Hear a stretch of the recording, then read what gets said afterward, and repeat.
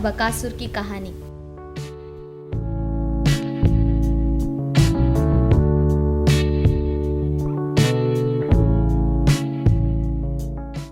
नमस्कार दोस्तों, स्वागत है आप सभी का हमारे चैनल धार्मिक ज्ञान में, जिसमें हम सभी धर्मों की बहुत सारी रोचक और अलौकिक धार्मिक जानकारियाँ आप सभी तक बहुत ही अनोखे और मनमोहक तरीके से पहुंचाते हैं, जो आपको कहीं और नहीं मिलेंगी। इसीलिए हमारे चैनल को अभी सब्सक्राइब करें और इस वीडियो को आखिर तक जरूर देखें। तो दोस्तों आइए शुरू करते हैं। दोस्तों, हिंदू ग्रंथ महाभारत में एक बकासुर नामक राक्षस था, जिसका वध भीम ने किया था।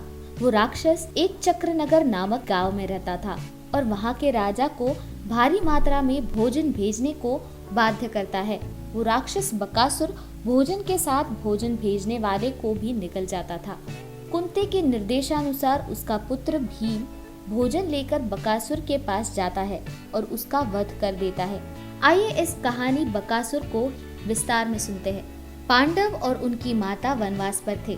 एक दिन जगह जगह घूमते हुए वो एक शांत गांव में पहुंचे। वहां पर वो एक ग्रामीण ब्राह्मण के यहाँ पर रुके, जिसने उन्हें आश्रय दिया। उस ब्राह्मण की एक पुत्री और एक पुत्र था। कुछ दिनों तक समय बिताने के बाद एक दिन कुंती को ब्राह्मण के घर से किसी के रोने की आवाज आई और वो वहां पर देखने गई। उस परिवार का हर सदस्य अपना जीवन त्यागने को तत्पर था।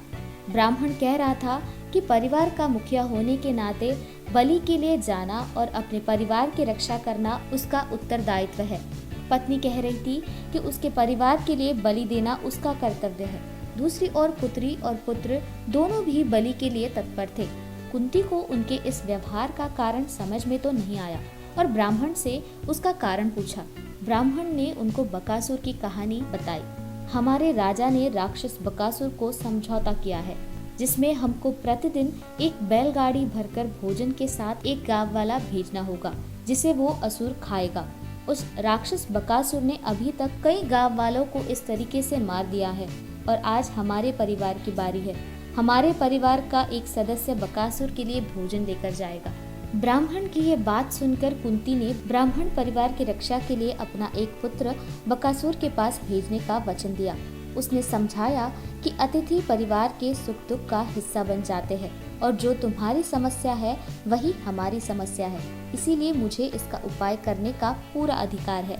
जब ब्राह्मण ने उनको बलि के लिए मना किया तो कुंती ने कहा, मेरे 5 पुत्र हैं और अगर इनमें से एक मर भी गया तो 4 तो जीवित है। अंत में कुंती ने ब्राह्मण को अपने बेटे को बकासुर के पास भेजने के लिए मना लिया और ब्राह्मण को बलि के लिए रोककर अपने परिवार की रक्षा करने को कहा, क्योंकि वो जानती थी कि बिना पति के बच्चों को पालना कितना कठिन है। सारा विचार विमर्श करने के बाद कुंती और पांडवों ने भीम को भेजने का निर्णय किया, ताकि वो उस परिवार और एक चक्रनगर गांव को बचा सके। अब भीम बैलगाड़ी में बैठकर बकासुर के लिए भोजन पहुंचने के लिए रवाना हुआ और जब वो जंगल के बीच पहुंचा, उसे बकासुर दिख गया। अब भीम ने बकासुर को उकसाने के लिए खुद सारा भोजन खा लिया। ये देखकर बकासुर के क्रोध की कोई सीमा नहीं रही और उन दोनों के बीच भीषण युद्ध शुरू हो गया। अंत में भीम ने बकासुर का वध कर दिया। जब बकासुर के वध की सूचना गांव वालों तक पहुंची, सारे गांव वाले खुशी से झूम उठे। वो सभी बकासुर को मारने वाले व्यक्ति का स्वागत करने के लिए ब्राह्मण के घर के बाहर जमा हो गए। जब पांडवों को इसकी सूचना मिली कि ब्राह्मण के घर के बाहर भीम के स्वागत के लिए लोग जमा हो गए हैं, भीम के पहुंचने से पहले ही मार्ग से भीम को लेकर गांव से रवाना हो गए, ताकि वनवास के दौरान उनकी पहचान गांव वालों को पता ना चल सके। इस तरह बकासुर की कहानी का अंत हुआ। तो दोस्तों, ये थी कहानी भीम और बकासुर की।